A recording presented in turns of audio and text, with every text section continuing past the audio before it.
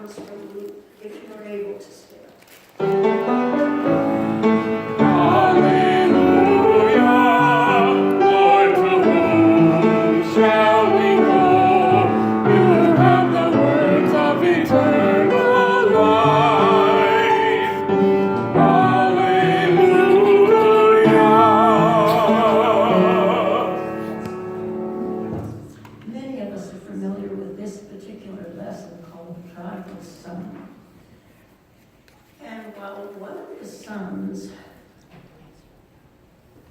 Has perhaps what we might call a final to his question with his father. What about the other son? Now all the tax collectors and sinners were coming there to listen to Jesus, and the Pharisees and the scribes were grumbling and saying, "This fellow welcomes sinners and eats with them." So he told them this parable. There was a man who had 2 sons. The younger of them said to his father, "Father, give me the share of the property that will belong to me." So he divided his property between them. A few days later, the younger son gathered all he had and traveled to a distant country, and there he squandered his property in dissolute living. When he had spent everything, a severe famine took place throughout the country, and he began to be in need. So he went and hired himself out to one of the citizens of that country, who sent him to his fields to feed the pigs. He would gladly have filled himself with the pods that the pigs were eating, and no one gave him anything. But when he came to himself, he said, "How many of my father's hired hands have bread enough and to spare? But here I am dying of hunger. I will get up and go to my father, and I will say to him, 'Father, I have sinned against heaven and before you. I am no longer worthy to be called your son. Treat me like one of your hired hands.' So he set off and went to his father. But while he was still far off, his father saw him and was filled with compassion. He ran and put his arms around him and kissed him. Then the son said to him, 'Father, I have sinned against heaven and before you. I am no longer worthy to be called your son.' But the father said to his slaves, 'Quickly, bring out a robe, the best one, put it on him, put a ring on his finger and sandals on his feet, and get the fatted calf and kill it, and let us eat and celebrate. For the son of mine was dead and is alive again. He was lost and is found.' And they began to celebrate. Now his elder son was in the field, and when he came and approached the house, he heard music and dancing. He called one of the slaves and asked what was going on. He replied, 'Your brother has come back, and your father has killed the fatted calf, because he has got him back safe and sound.' Then he became angry and refused to go in. His father came out and began to plead with him. But he answered his father, 'Listen, for all these years I have been working like a slave for you, and I have never disobeyed your command. Yet you have never given me even a young goat so that I might celebrate with my friends. But when this son of yours came back, who has devoured your property with prostitutes, you killed the fatted calf for him.' Then the father said to him, 'Son, you are always with me, and all that is mine is yours. But we had to celebrate and rejoice because this brother of yours was dead and has come to life. He was lost and has been found.'" Here ends the gospel reading. Praise to you, O Christ. Please be seated.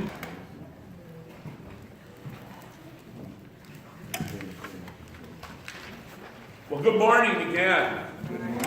Good to be with you. Had a busy weekend at our house, needless to say. We have grandchildren staying with us while Melody is at emergency. And so we had to get all that scheduled with Rachel and Jeff, because they have a couple of Jairus kids as well.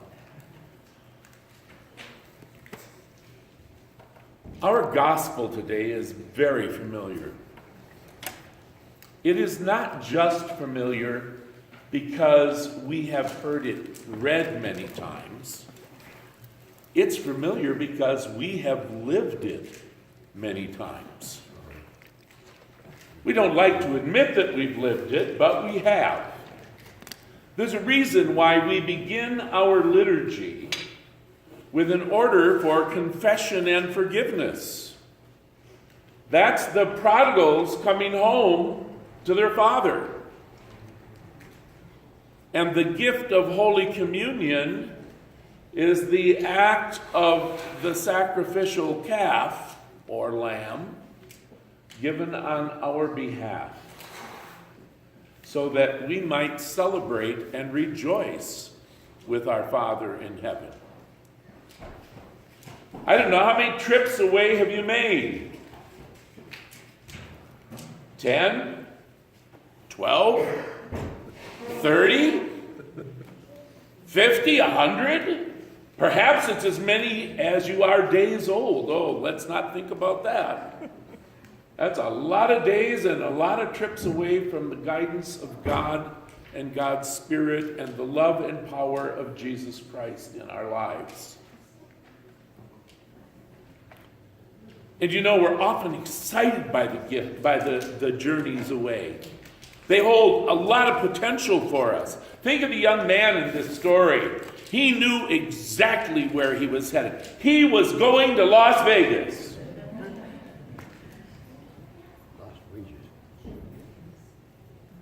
He was going to partake of every single thing that was a possibility there. And he did. And he did many times. Until, as we know, it's the only place where you can arrive in a 4-passenger car and go home in a 40-passenger bus. He lost everything. He even thought he had lost the love of his Father. But he decided that it was better to take a chance with his father, as angry as his father might be for being told by his son that his son wished he was dead so he could have his inheritance. It was much better to take the risk of going back and facing that anger and having food to eat in a place that is covered to sleep than it was to try and stay where he was, being offended daily in his religious sensitivities by having to take care of the animals that his people would never touch.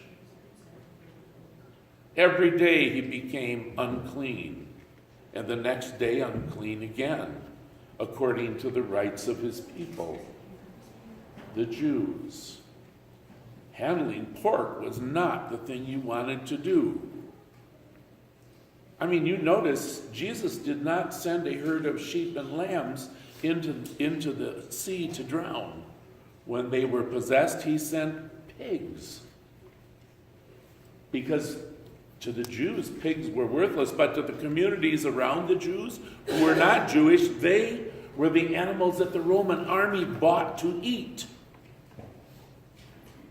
And so they were precious in those Gentile communities. But then that's a whole nother piece of this story. So we have all journeyed away many, many times from accepting God's love and guidance in our lives. Every single one of us, without exception. From the youngest of us to the oldest of us in this room. Yesterday I was driving to go back to James's basketball game at noon up at St. Paul United Methodist Church. And as I got to the corner of Prudence and 22nd Street, there's a big motorcycle place on the northeast corner, and Truly Nolan has the old Circle K, and immediately to the right is the big Circle K, and there's an apartment complex to the west on the east. I started through the green light. We had been stopped. I started through the green light, and the truck in front of me with 2 young men in it came right through in front of me. I blew the horn, and I received the single salute. Needless to say, I was angry. I mean, really angry. You know, I wondered about the rule of law in our community and what those rules are for, to keep us all safe. Not to flaunt, not to break, not to... And so I journeyed away from God in a really big way.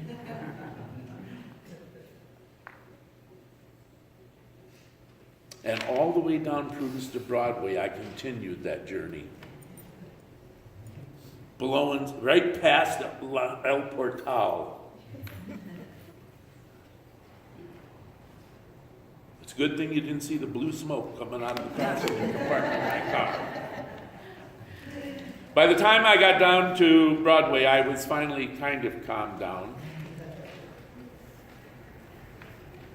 And so I proceeded the rest of the way. But I came home and told Melody about it. I said, boy, and then I journeyed away again because I was still really angry.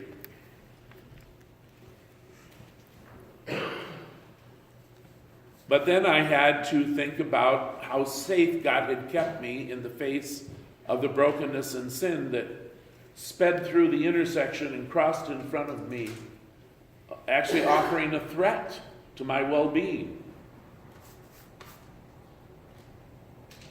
And I really had to be thankful to God for that. I got to come back in the return journey of hopefulness, the return journey where I am hopeful that God will forgive me for all the things I thought and all the things I said for that mile from 22nd Street to Broadway on Prudence. That street will never be the same.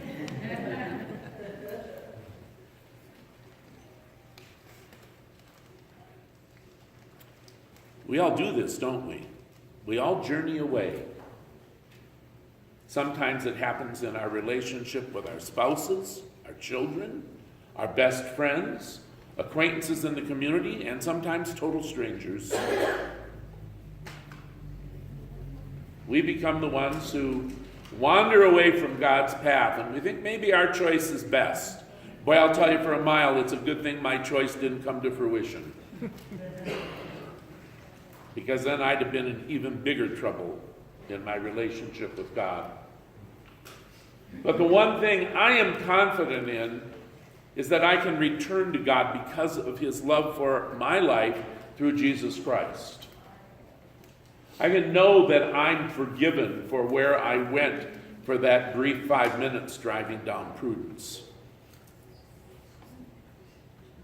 I know that I'm going to be okay, that my Father is a reconciling Father. He is one who wants me to come back. The prodigal didn't know that until he arrived. And then he discovered the purity of his Father's love for his child. That is the Father's love for each of us. And any time we come back to God from being away, we need to understand that when we come through Jesus Christ, God is going to forgive us.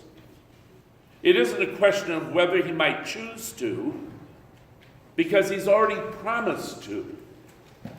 He has already committed to us the life of Jesus Christ and given us the sure and certain hope of the resurrection. Now, I don't know what all your journeys away have been. I know a lot about you after 28 years. Many of you. I even know Bruce Marks. I mean, he doesn't even come. Do you remember Bruce Marks? Melody does. Probably Della does. It's good to have you back, Bruce, with us today. Welcome.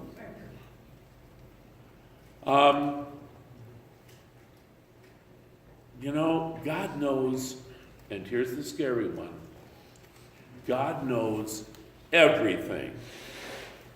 Every thought that's coming, every word that we will utter, every action we will take, God already knows. And what has God chosen to do?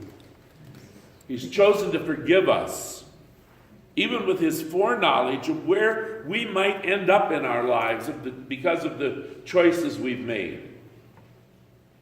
God has promised us his forgiveness, and the choice doesn't matter. What matters is that we come back to God through Jesus Christ and accept and receive God's love through Christ.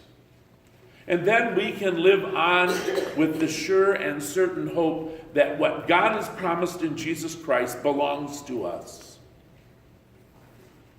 And by the way, will you journey away again after you've taken communion today? You bet you will. All of us will. If you're one who doesn't, I want you to call me Monday morning. Nobody will call. We all know, don't we? It doesn't take long to travel away, to go to that place that we think is easier and better and makes me feel self-justified in my frustration and anger instead of being with God. But I can know that when I come back, and by the way, God may just create in our life a situation that makes it necessary to come back.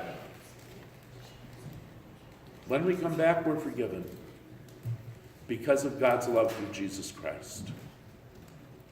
All people, you know, when we consecrate the communion, we're told that that gift of Christ is for everyone. You know, it's only the church that's decided we should exclude some. It wasn't ever Jesus. Jesus always says, no, this is my body and this is my blood, given and shed for everyone.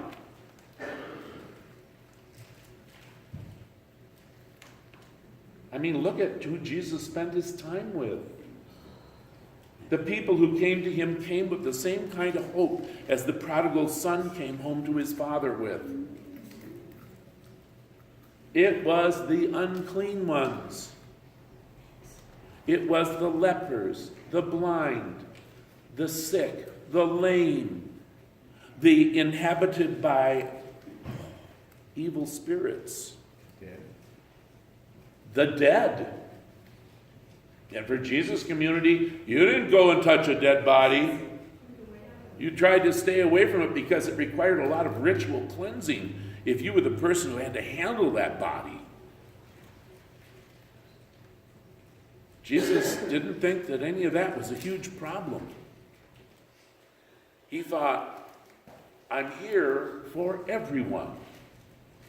The problem with those who think they're righteous is that they think they're righteous. Our righteousness only comes in our relationship with God through Jesus Christ. It is God's gift for us. It is not something we create or do on our own.